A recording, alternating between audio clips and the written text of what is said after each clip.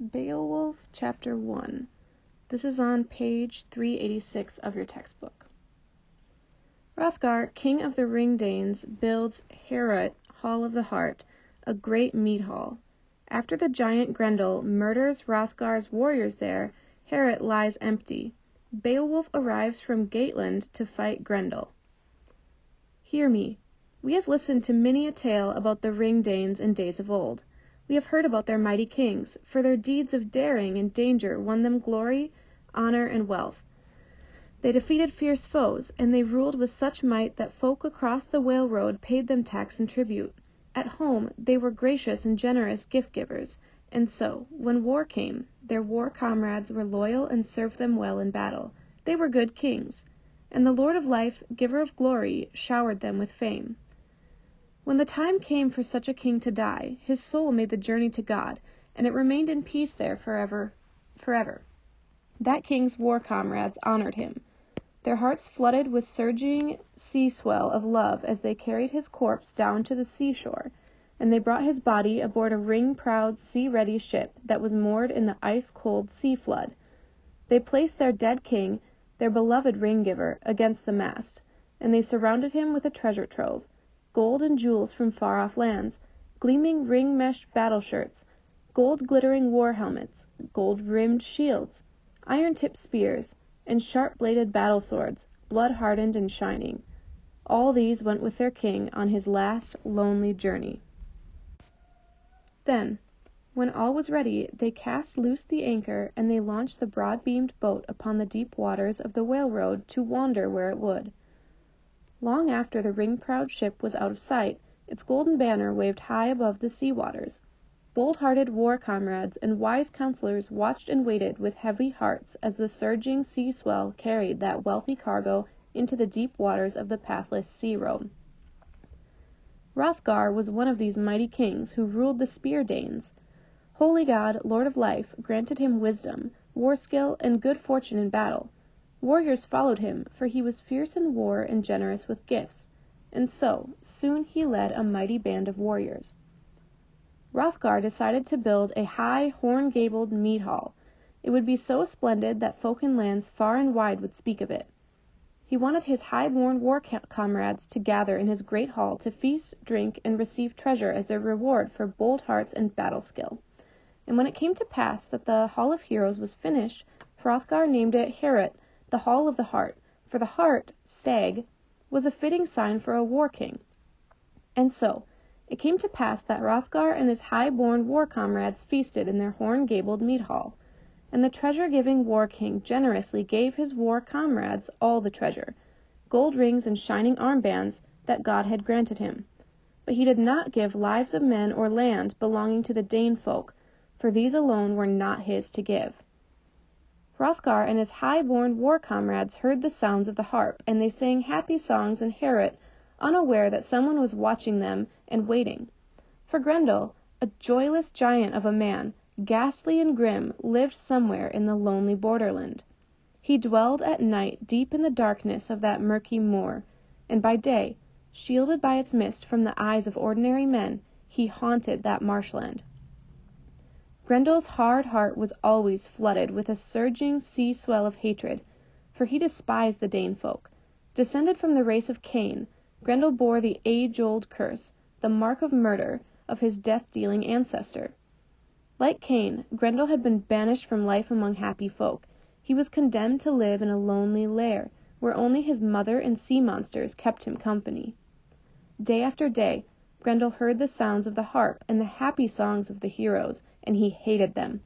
And it came to pass that, one day, he waited until the sun, that bright candle of the world, had glided over the land. And then, that shadow-walker, ghastly and grim, left his lonely lair in the marshy borderland, and shielded by the darkness and mist, he strode forth upon silent feet toward King Hrothgar's Hall of Heroes, that gold-gleaming treasure-house, for his hard heart longed to spy on the Spear-Danes. He found it easy to enter, for no one feared that he would come. He stepped softly into the Hall of Heroes, and there he found a band of bold-hearted warriors. The mead had flooded their bodies, and so their sleep was heavy, and the mead had dulled their minds. So, for this short time, they were free of thoughts of sorrow and woe in the world about them. At the sight of the Spear-Danes, a sea swell of hatred surged forth in Grendel's hard heart. Grim and greedy, furious and fierce, that monster of a man grabbed 30 warriors, and he slew them while they slept, for he gave them gruesome death wounds by biting into them with his blood-stained teeth. A great serpent-skin bag hung from his shoulder, loathsome and large, and into it he tossed the blameless bodies of his victims. The good fortune was his. And so, gloating and gleeful over his plunder, he hurried home to his lonely lair with his frightful feast. For the time being, Grendel left Heorot to the living, but he would come again. Not until bright daylight once again shone forth over the land did King Hrothgar and the Dane folk learn of this disaster. And when they entered Heorot, that bright hall of bold-hearted men, the blood-filled sight filled them with horror. The woeful sounds of weeping and wailing now replaced the happy songs that had come forth from the tower-tall, timbered mead hall. The Ring-Danes recognized Grendel's footprints, and they feared his power, but they did not think that he would return, and in this they were wrong. Once the sun, heaven's jewel, had glided over the land, and the bright heavens again had darkened with the shadows of dusk, it came to pass that Grendel left his lonely lair in the marshy borderland, and shielded by the darkness and mist, that shadow-walker, ghastly and grim, strode forth upon silent feet toward King Hrothgar's Hall of Heroes, that gold-gleaming treasure-house. For his hard heart still flooded with a surging sea-swell of hatred, and now it longed to murder more men. And so, once again, the man-eating monster stole into Hrothgar's high, horn-gabled mead hall. Now grim and greedy, fierce and fierce, he grabbed 30 bright Danes in his frightful battle grip, and he slew them while they slept. Again he mangled them with his blood-stained teeth. The great serpent-skin bag still hung from his shoulder, and into it he tossed the blameless bodies of these victims. Then, gloating and gleeful over his plunder, he hurried home to his lonely lair with his frightful feast. The hearts of the Dane folk now flooded with a surging sea-swell of despair, and so, day after day, as soon as the bright heavens darkened with the shadows of dusk, they deserted Heorot, that bright hall of bold-hearted men, for night after night the dark death-shadow of that frightful fiend left the misty marshland and stalked toward Heorot, and he haunted that tower-tall, timbered mead hall. Grendel's ravenous appetite for human flesh drove him to wage war against all the Dane folk. The monster knew nothing of justice, and he desired no peace. King Hrothgar could not reward him, nor could he appease him, for the frightful fiend valued neither gold nor treasure, and so great was his power that he feared no form of retribution and no avenging death. And so it came to pass that the Dane folk gathered in their heathen temples, and there they offered sacrifices to their idols and prayers to Satan, the slayer of souls. They did not know that they were neglecting the Lord of Heaven, nor did they know that their salvation would never come from hell. And so, for 12 long winters, Grendel haunted Heorot. Now, this frightful fiend, and not King Hrothgar, ruled the Ring-Danes. Grendel's ravaging raids flooded the hearts of even the most bold-hearted heroes with a surging sea-swell of terror, for they had neither the strength nor the battle-skill to kill him. But the tale of Grendel's terror spread far and wide. Bards sang of his destructive deeds, of the Spear-Danes' hopeless struggle, and of their endless war. And so it came to pass that the sea Geats heard about Grendel's dreadful deeds. Beowulf was the strongest of the Geat folk, bold of heart and strong in strife, and he decided to sail across the deep waters of the Whale Road to help Hrothgar, the treasure-giving war-king of the bright Danes, and he chose 14 bold-hearted war-comrades to accompany him. A ring-proud, seaworthy ship was suitably fitted for the journey. Then Beowulf and his bold-hearted war-comrades eagerly boarded it. They stowed their splendid battle gear deep within the hold of their broad-beamed boat, gleaming ring-meshed battle-shirts, hard war-helmets with battle-ready bores, gold glittering in stern, sharp-bladed battle-swords, blood-hardened and shining, iron-tipped ash-wood spears, and gold-rimmed linden wood-shields. The Storm Geats set forth with a spirit of adventure, and a brisk wind set their bent-necked ship speeding across the deep waters of the Whale Road like a sea-bird. its curved prow like a foamy bill.